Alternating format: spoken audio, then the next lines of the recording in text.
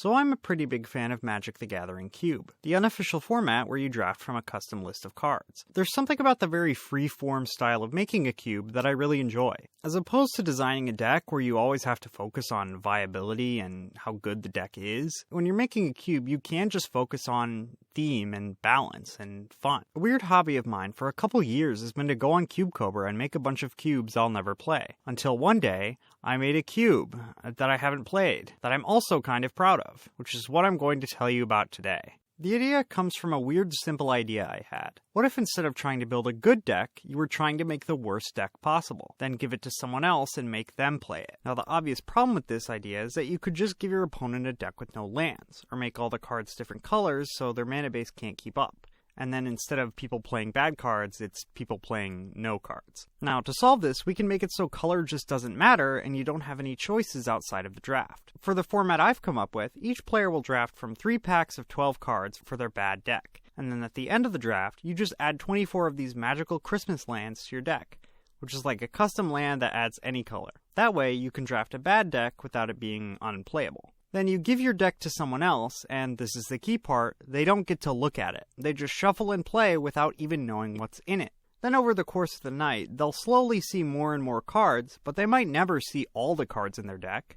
And with this mechanic of giving someone a deck and them slowly learning about it, like unwrapping a present, the cube took on a sort of Christmas, Secret Santa, White Elephant theme. Hence the lands. It might seem kinda late for Christmas stuff, but I was actually designing this during spring of last year, so it's never been in season. The cube has no cards that let you search your own library, because then you'd get to see all the cards in your library, and that would ruin the whole surprise. That means no rampant growth, no path to exile, no gifts ungiven. Aww. Now normally there's not too much surprise from just like playing a deck. I mean, you get to draw the cards and look at them before you cast them. But not with Cascade. With mechanics like that, you're playing just a random card that you might not even know is in your deck. So the cube is full of cards with Cascade, Discover, and generally revealing cards from your library and casting something. Treasure Keeper, Oath of Druids, Prismatic Bridge. Then I also added a bunch of 0-mana suspend spells, because that's kind of a payoff. They're also just genuinely terrible cards to put in someone's deck.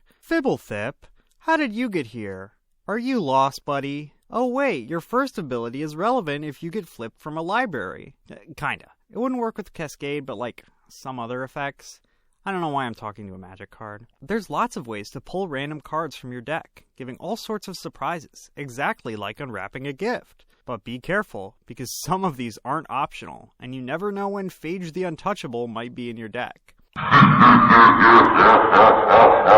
Also, to increase the surprise factor, Miracle cards were included, where you draw a card and you right away have to decide if you'll cast it when you didn't even know this was a card in your deck. But also there's a thematic link too, because it's a Christmas miracle. Since colors don't matter, lots of multicolor cards, which usually aren't good enough for Cube, can finally be included. Stuff like Siege Rhino, Song of Creation, obviously the Miku version, and Animar. The new Lorwyn Eclipse incarnations all work interestingly here.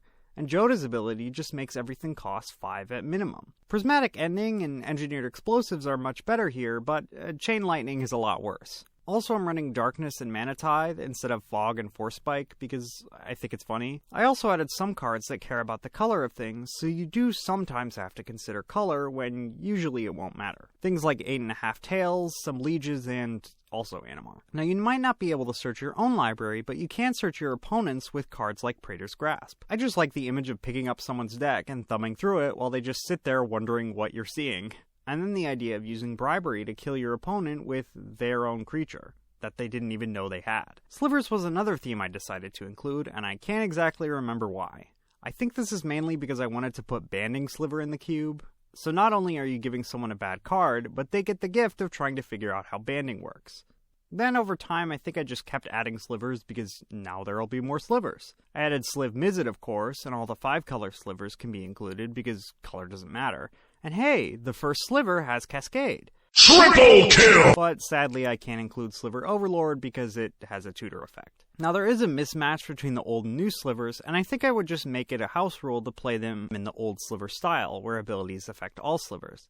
That way, when you both have slivers, it's like you're giving each other the gift of new abilities and a headache. Alright kids, it's officially time for Quintaspoon's Specific Cards Corner. where I talk about some specific cards I like in this cube. Part of the fun of this cube is that someone will have to play the random pet cards I have. You could call this a lightning round, but I prefer my own branding. Permeating Mass. Watch out for this one. It can make your opponent's best creatures into a permeating mass. But that might be a bad thing, because those masses could turn your best creatures into masses. But that's actually a good thing, because then you could turn more of their creatures. Knowledge Pool is a nice way to just mess with people. You're already playing cards you don't know, so just mix them all together and nobody knows whose cards are what or what's going on. Birthing Ritual. It lets you do Birthing Pod without searching, so you can birth it all up. Just birth everywhere. Cauldron Dance was in that Ristic Studies video about confusing cards, and it looked cool. Hellcarver Demon. It's probably not a good idea to attack with him, but someone will probably have to at some point, and I think that's funny. I added Standstill because I like when nobody plays anything. I also added Lethal Vapors for a similar reason. Also Teferi's Protection, so you might be able to do the combo where you just infinitely peace out. Master of Predicaments. Classic sort of puzzle dilemma. And it ties in with those suspend cards. Leveler can't be included because when you flip your deck, you get to look at it. But Doomsday Excruciator works because it exiles face down. Same with Inverter of Truth. Liar's Pendulum. Who doesn't love lying during the holidays? Problematic Volcano. Problematic alert? Hey, at least it's not Space Bellerin. The corner doesn't have an outro, it's just over.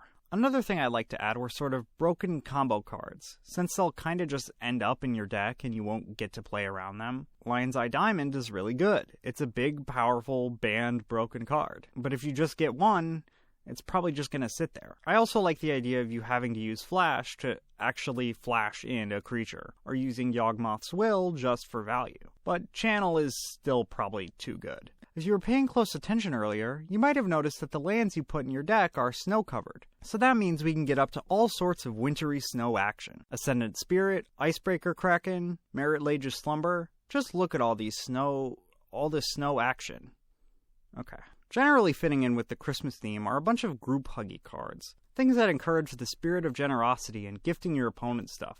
Gifting cards, gifting treasures, gifting centaurs, gifting extra turns. Rankle, Zedru, Shadrix, cards with the gift mechanic on them. And who can forget the lovely Flump, Glunch, and Hunted Wumpus? Generally, I like these because it makes it so that things will happen and people will be able to play the game. Finally, there's the cards that are just thematically Xmas, elves, tree folk, guys with little Santa hats on, cards with the word gift in the name, a bunch of Bonders ornaments, because ornament, and bonus points if you can tell me why Setessan Tactics was included. There's also the holiday cards, a set of silver border winter season cards that Wizards prints just to give out at their holiday parties. There's Fruitcake Elemental, an interesting little gift-giving card that you might have to give to your opponent. You'll Lose, which involves destroying random stuff and eating it. And probably the perfect card for this cube, the 2007 holiday card, Gifts Given. It's Gifts Ungiven, but for your opponent's deck. So you don't have to look at your own library, but you still get the Gifts Ungiven experience. What I like about this thing is that no Magic designer ever intended for people to use Magic cards like this. No one making this card as a novelty holiday gift expected anyone to be making a cube where you couldn't search your own library and was also Christmas themed. But that's what I like about Magic. More than a game, it's a complex system that has all these niche specific cards and special applications.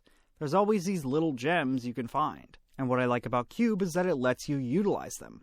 Now I haven't played this with anyone, but I have just made 2 random decks on Cube Cobra and exported the list without looking at them, then playtesting them against each other on Tapped Out. And it was kind of fun, shockingly. Obviously this isn't like fair or smart Magic, it is just a barrage of nonsense happening, but I think it's kind of cool and funny nonsense.